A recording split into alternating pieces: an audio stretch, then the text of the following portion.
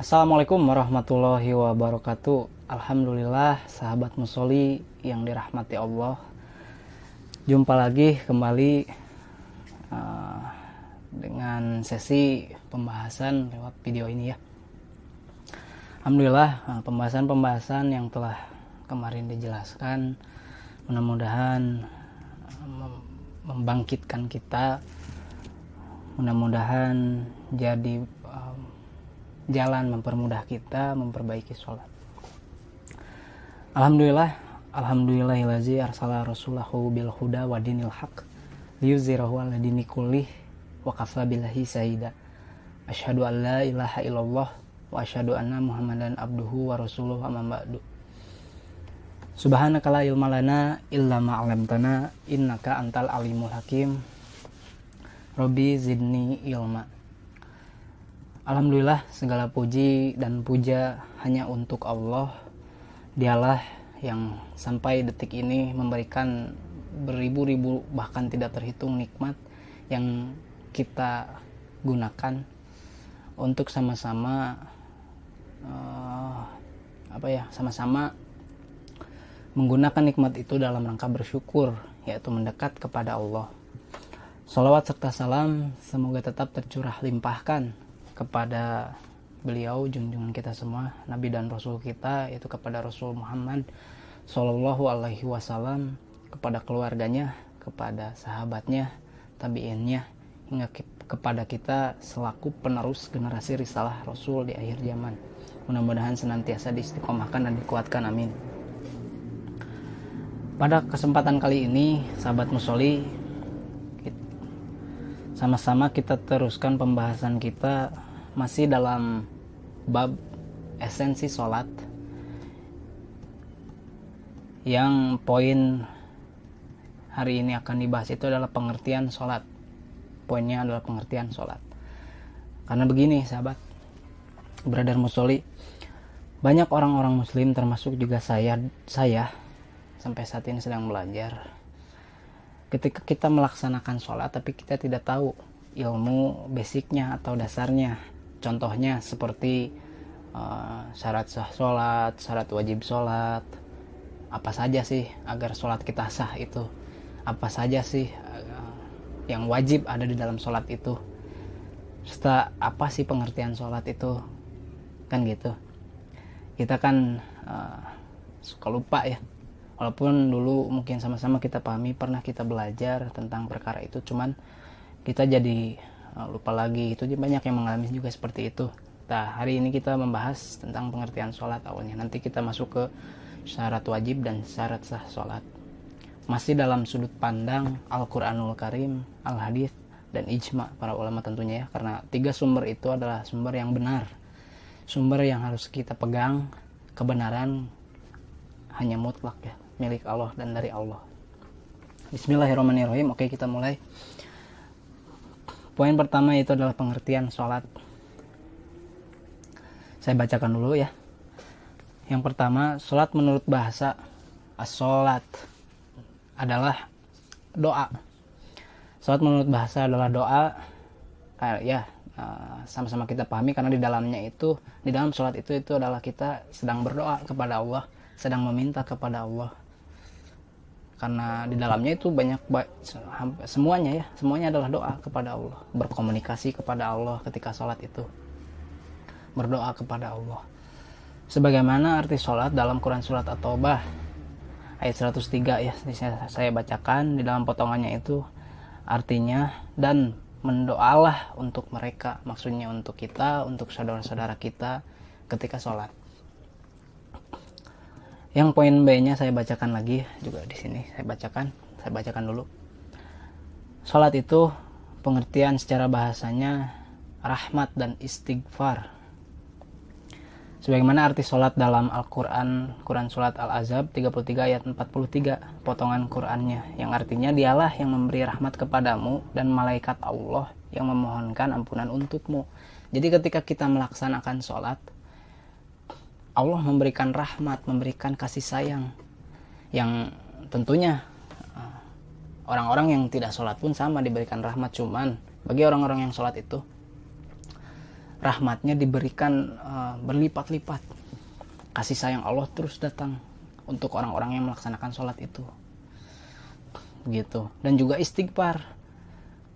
Malaikat-malaikat Allah memohonkan ampunan kepada kita ketika kita sedang sholat, memohonkan ampunan kita supaya kita diampuni oleh Allah, dihapuskan dosa-dosanya oleh Allah, kesalahan-kesalahannya, dan juga diberikan petunjuk.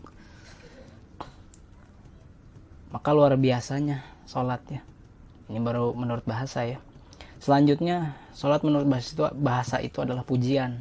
Memuji kepada Allah, memuja kepada Allah, memberikan pujian hanya untuk Allah di muka bumi ini. Sebagaimana dalam Quran Surat Al-Baqarah ayat 157, yang artinya mereka itulah yang mendapat keberkatan dan sempurna dan rahmat Tuhan mereka. Sehingga ketika kita sholat itu kita sedang memuji kepada Allah. Mengapa memuji kepada Allah? Karena pada hakikatnya ya Allah maha segalanya.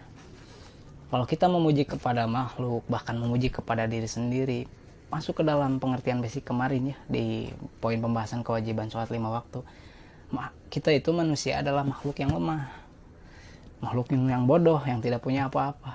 Maka tidak ada yang bisa dipuji dari kita. Karena asalnya pun kita dari saripati tanah, dari hal yang hina juga. Jadi tidak ada yang bisa dipuji dari kita kecuali kalau kita bertakwa kepada Allah, gitu. Itu menurut bahasa, sholat menurut bahasa. Adapun nomor 2-nya ini sholat menurut istilah, jumhur, mayoritas, jadi kebanyakan ulama mendefinisikan sholat adalah rangkaian ucapan dan perbuatan yang diawali dengan takbiratul ihram dan diakhiri dengan salam, serta niat untuk sholat dengan syarat-syarat tertentu. Maksudnya begini, sholat menurut istilah itu adalah rangkaian perbuatan kita, berucap kita yang diawali dengan takbir. Karena kan ada ya kaifiatnya, insya Allah nanti kita bahas. Mulai dengan takbir, diakhiri dengan salam, dan diniatkan awalnya itu untuk sholat. Jadi kalau ada problem-problem ya, misalkan problem kejadian yang terjadi hari ini, pemuda misalkan dia melaksanakan sholat karena ingin dipuji tadi, dia melaksanakan sholat karena ingin mendapatkan jodoh misalkan, tidak seperti itu. Sholat itu diniatkan hanya untuk ibadah kepada Allah, dengan sesuai dengan syariatnya, sesuai dengan tata caranya atau kaifiat yang diajarkan oleh Rasul Muhammad SAW. Itu poin pertama tentang pengertian sholat. Jadi kita pahami sama-sama, kita belajar sama-sama bahwa tadi pengertian sholat secara bahasa itu adalah doa, itu adalah yang menurunkan rahmat dan malaikat menurunkan ampunan, mendoakan kepada Allah untuk kita agar kita diampuni. Serta tadi adalah pujian ya, sholat itu adalah pujian kepada Allah, gitu. Lalu sholat menurut istilah adalah tadi segala rangkaian ucapan dan perbuatan yang diawali dengan takbir. Ya, jadi rangkaian dan perbuatan yang diawali dengan takbir dan diakhiri dengan salam serta niat hanya untuk ibadah sholat kepada Allah. Oke, kita masuk ke poin kedua dalam bab esensi sholat ya, masih dalam bab esensi sholat, sahabat musholi, yaitu adalah syarat wajib sholat. Nah ini yang kadang kita lupakan sebagai umat Islam. Ini yang kadang kita tidak kita ingat-ingat ya, padahal syarat wajib berarti kan wajib di dalam sholat itu ada ini gitu. Kita sama-sama pahami wajib dalam sholat itu ada syarat-syarat wajib sholat ini. Itu sama-sama kita pelajari. Saya bacakan dulu ya. Bismillahirrahmanirrahim. Syarat wajib sholat adalah syarat wajib sholat adalah perkara-perkara yang menentukan wajibnya seseorang melaksanakan sholat tadi ya. Jadi wajibnya seorang melaksanakan sholat, syarat-syaratnya di situ. Jadi ada hal-hal wajib di dalam sholat itu. Dan kalau tidak ada satu saja, si syarat wajibnya itu tidak ada satu saja dari perkara-perkara itu, maka tidak wajib sholat. Gitu. Jadi tidak wajib sholat kalau misalkan syarat-syarat wajib ini tidak terpenuhi. Adapun syarat-syarat wajib sholatnya itu ada 3, yaitu 1, Islam, dia beragama Islam, dia muslim, dia seorang muslim. Lalu dia berakal, dan yang ketiga dia balik atau sudah balik. Nah, begitu. Ketiganya merupakan batasan taklif permulaan seorang diwajibkan melaksanakan sholat. Jadi 3 tadi, permulaan seseorang melaksanakan sholat, syarat wajibnya itu ada 3 tadi, permulaan maupun seterusnya. Jadi harus Islam, harus muslim, serta berakal dan juga balik. Sudah masa waktu balik ya. Kita sama-sama pelajari poin per poinnya. Saya bacakan dulu ya. Yang tadi yang pertama syarat wajibnya adalah al-Islam atau harus Islam. Di sini dikatakan sholat 5 waktu diwajibkan kepada setiap umat Islam tadi ya. Sementara itu orang kafir tidak ada kewajiban sholat. Jadi tidak ada orang kafir kewajiban sholat kecuali muslim. Batalnya segala amalnya karena kekafirannya tadi, orang kafir batal, jadi karena kekafirannya jadi untuk apa melakukan sholat juga. Tapi untuk muslim itu harus sholat, wajib sholat ya, karena dalil kemarin sudah diungkapkan juga dari Allahnya, dari hadisnya, dari ijmanya. Bentar ya, dan kami ada, dan seperti apa yang difirmankan oleh Allah di sini di surah Quran surat Al-Furqan ayat 23. Dan kami hadapi segala amal yang mereka kerjakan, lalu kami jadikan amal itu bagaikan debu-debu yang berterbangan. Jadi ini untuk tadi ya, orang kafir tadi, amalnya jadi bagaikan debu yang berterbangan karena tidak Islam, karena dia menutup dari petunjuk Allah, menutup dari arahan-arahan Allah, hidayah Allah. Nah, yang kedua itu adalah berakal tadi, Islam ya. Syarat wajibnya itu yang kedua adalah berakal, akli. Di sini saya bacakan dulu, sholat diwajibkan kepada orang yang berakal, artinya akalnya itu sehat.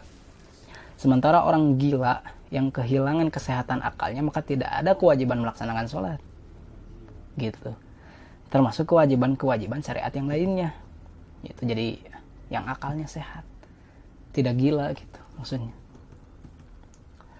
Seperti apa yang disampaikan Rasulullah SAW.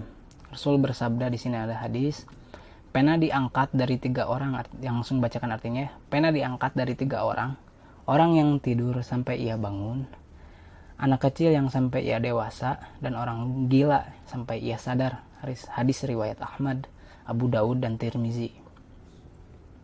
Yang mengatakan hadis ini adalah tadi ya, riwayat Abu Daud, Tirmizi, dan Ahmad.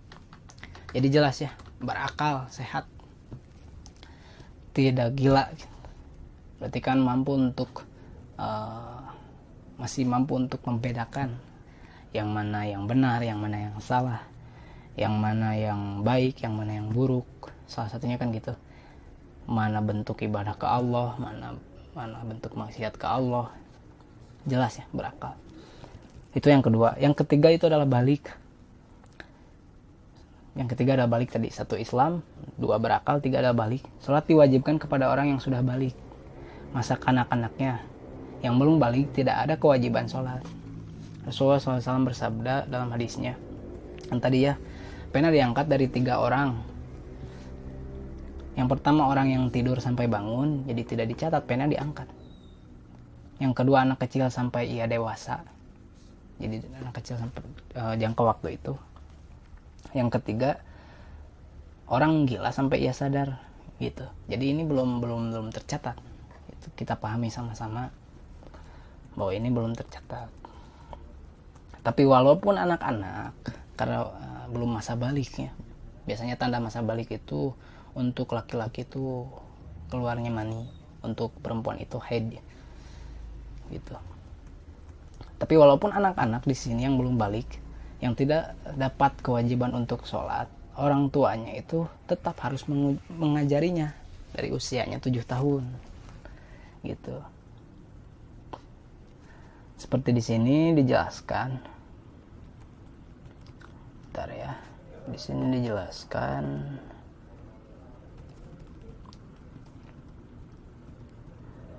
Walau anak-anak yang belum balik tidak wajib sholat, tetapi orang tua atau walinya wajib mengajari sholat sebelum usia 7 tahun dan mulai memerintahkan sholat semenjak anak berusia 7 tahun. Edukasi ya, walaupun belum diwajibkan, tapi tetap diterapkan supaya kedepannya menjadi muslim yang kuat bersama wahyu Allah, yang bersama arahan hadis. Serta memberikan sanksi kepada anak usia 10 tahun atau di sini dianalogikan memukul jika ia meninggalkan sholat fardu gitu. Jadi jika ia meninggalkan sholat fardu berikan sanksi, baik itu adalah peringatan ya, peringatan keras atau bisa jadi sampai dipukul. Ini bukan jahat ya, tapi bentuk edukasi supaya anak itu memahami bahwa sholat itu hal yang penting. Jadi diedukasi dari awal, dari kecil.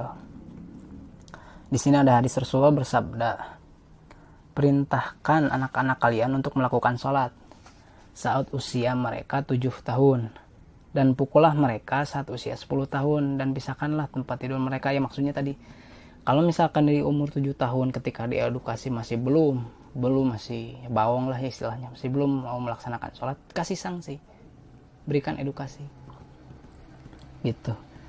Sampai-sampai mukulnya juga tidak mukul kencang ya, tidak ya, tapi ya untuk memperingatkan saja gitu. Dan ini ada pun ciri-ciri orang yang balik yang tadi ya. 1, ihtilam, yaitu keluar air mani baik pada laki-laki maupun perempuan, baik dalam keadaan sadar ataupun karena mimpi.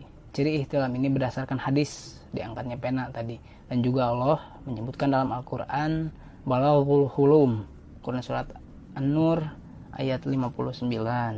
Yang kedua, genap umur. Yang kedua masih dalam ciri-ciri balik itu, genap umur 15 tahun baik bagi laki-laki maupun perempuan, katanya di sini ya.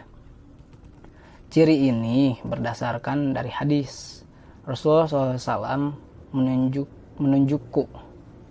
Ya, di sini ada hadis. Di sini ada hadis dari sahabat. Rasulullah SAW menunjukku untuk ikut serta dalam medan perang Uhud. Yang ketika itu usiaku 14 tahun, luar biasa. Ini pemuda mujahid muda ya. Usia 14 tahun beliau sudah diajak untuk sama-sama berjuang, sama-sama mempertahankan al-Islam kala itu di perang Uhud.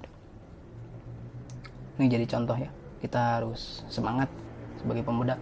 Namun beliau kata sahabat tadi tidak memperbolehkan gini. Menunjukku untuk ikut serta dalam perang Uhud yang ketika itu usiaku 14 tahun, namun beliau tidak memperbolehkan aku, dan kemudian beliau menunjukku kembali dalam perang Khandaq yang ketika itu usiaku telah mencapai 15 tahun. Maksudnya gini, 14 tahun udah diajak ke perang Uhud, ayo ikut perang Uhud. Sama-sama membela Islam, sama-sama mempertahankan al-Islam. Tapi setelah ditunjuk itu, sahabat mengungkapkan umurnya 14 tahun, ditunda dulu. Nanti dulu. Baru ketika perang Khandaq, beliau juga langsung ikutan dalam perang Khandaq itu sebagai mujahid muda. Ketika usia beliau umur 15 tahun. Beliau pun memperbolehkanku di sini ya. Yang ketiga masih dalam ciri-ciri balik, yaitu adalah haid, keluar darah haid bagi perempuan pada usia sekitar 9 tahun. Rasulullah SAW bersabda, Allah tidak menerima sholatnya wanita yang sudah haid kecuali ia berkerudung. Maksudnya begini, Allah tidak menerima sholatnya wanita yang sudah haid kecuali ia berkerudung. Jadi dia sudah mengikuti syariat al-Islam, menutupi aurat. Untuk begitu, kurang lebih begitu ya yang saya pahami.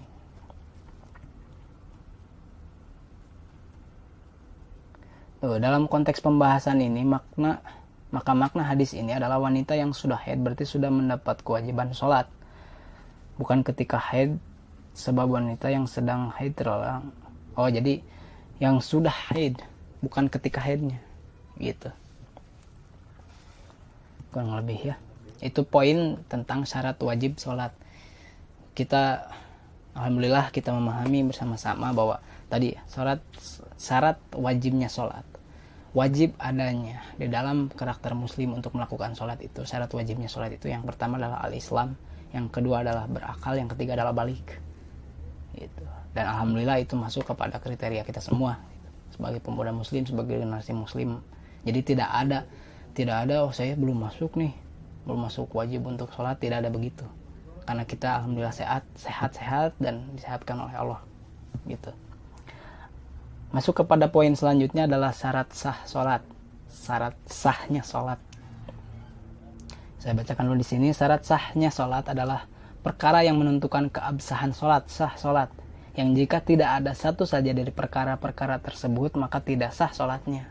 Jadi tidak sah kalau tidak ada satu saja dari perkara-perkara tersebut. Dan perkara itu bukan bagian dari pekerjaan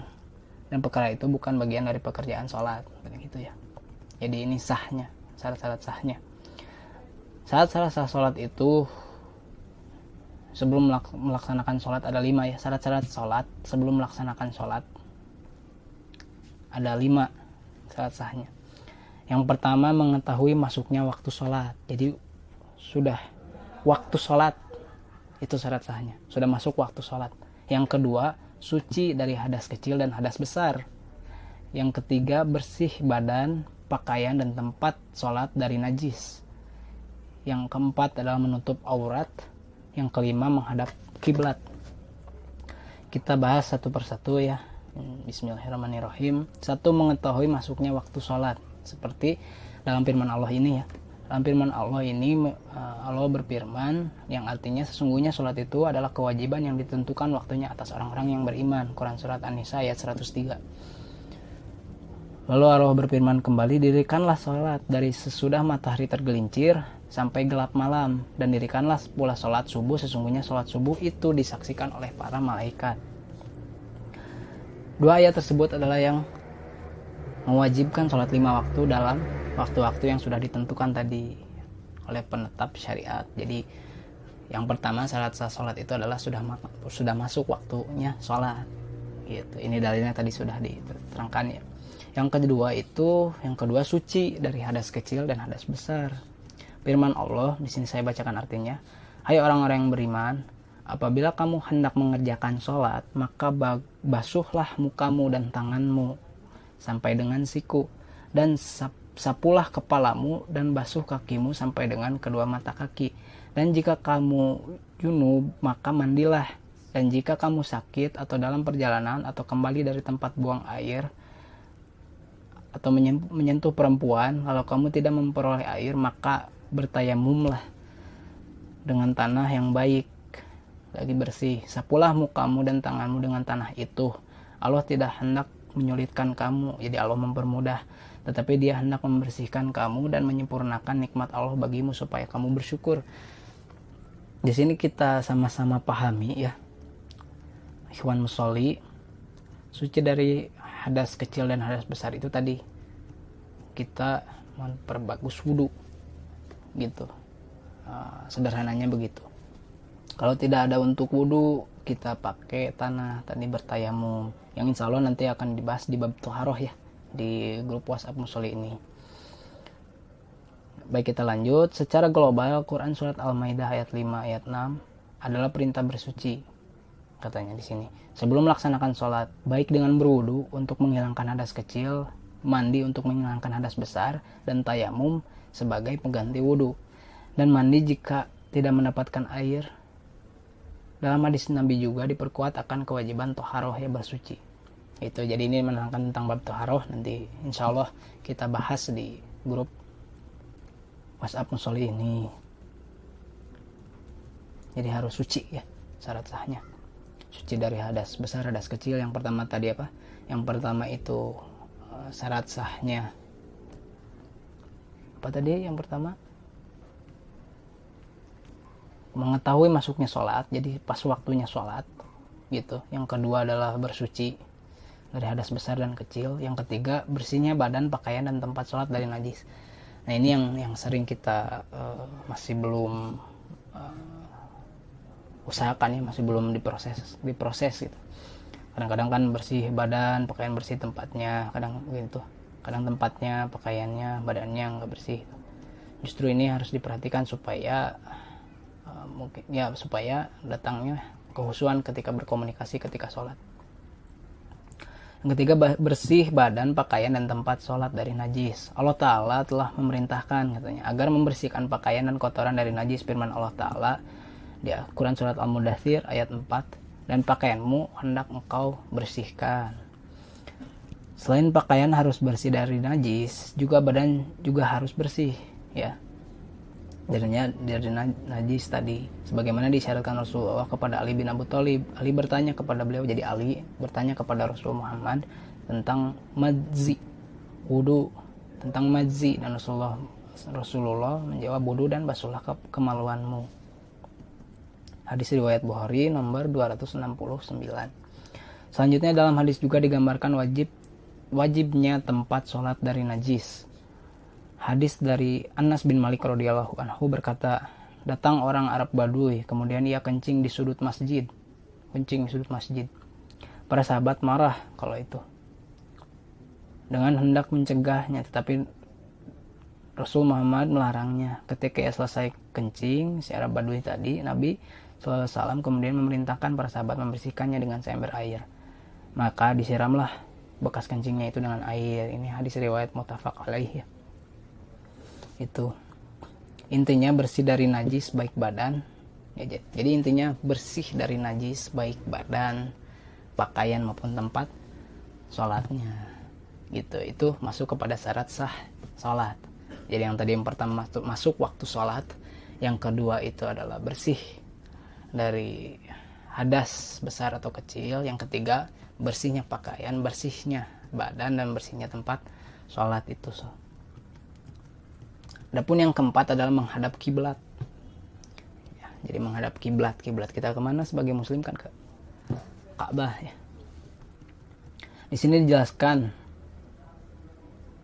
ijma para ulama bahwa orang yang sholat wajib menghadap ke arah Masjidil Haram ketika melaksanakan sholat, karena firman Allah Ta'ala, sungguh kami sering melihat mukamu menengadah ke langit gitu, mengadah ke langit.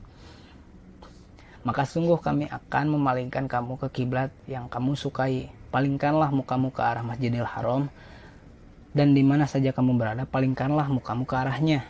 Dan sesungguhnya orang-orang Yahudi dan Nasrani yang diberikan Alkitab, Taurat, dan Injil memang mengetahui bahwa berpaling ke Masjidil Haram itu adalah benar dari Rob. Dan Allah sekali-kali tidak lengah dari apa yang mereka kerjakan. Ini di Quran Surat Al-Baqarah ayat 144 ya. Allah menjelaskan bahwa kita mengkiblatnya itu, mengarahnya itu kepada Masjidil Haram gitu, kepada Ka'bah ya.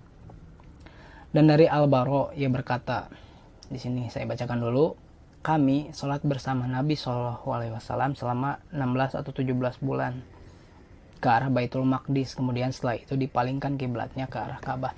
Ini ada sejarahnya ya, sejarah bergantinya arah kiblat. Nanti panjang ada pembahasannya, mudah-mudahan kedepannya kita ada kesempatan untuk membahas itu. Cuman yang jelas tadi kiblat kita adalah ke Masjidil Haram gitu. Dari tadi dari sumber Quran tadi, Quran surat Al-Baqarah ayat 144, kiblat kita ke Masjidil Haram. Dan ini menjadi salah satu syarat sahnya sholat gitu. Ini yang keempat. Yang kelima itu menutup aurat, berpakaian dengan menutup aurat. Menutup aurat yang kelima itu, ditutup aurat itu syarat sahnya sholat itu. Seperti apa yang difirmankan oleh Allah, saya bacakan artinya di Quran Surat Al-A'raf ayat 31. Hai anak Adam, pakailah pakaian yang indah di setiap memasuki masjid. Makan dan minumlah dan janganlah berlebih-lebihan. Sesungguhnya Allah tidak menyukai orang yang berlebih-lebihan. Jelas ya, di sini kita sama-sama pahami bahwa kita diwajibkan untuk menutup aurat oleh Allah. Dimaksud dengan pakaian atau perhiasan di ayat tadi adalah pakaian yang menutup aurat gitu, yang menutup aurat. Dan yang dimaksud dengan masjid adalah sholat.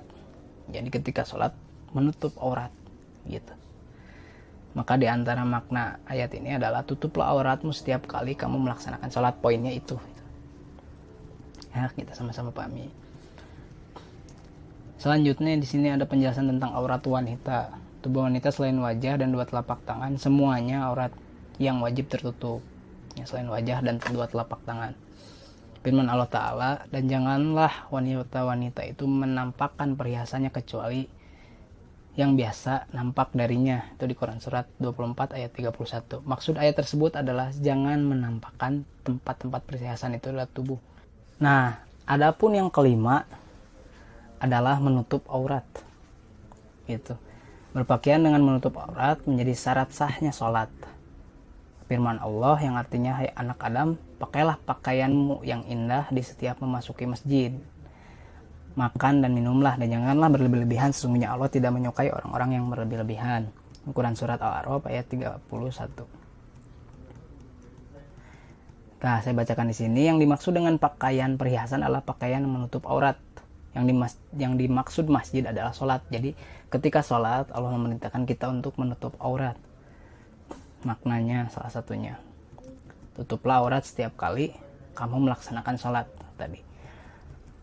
Nah, di nomor 1 ini ada penjelasan tentang aurat wanita. Tubuh wanita selain wajah dan dua telapak tangan, semuanya adalah aurat yang wajib ditutup.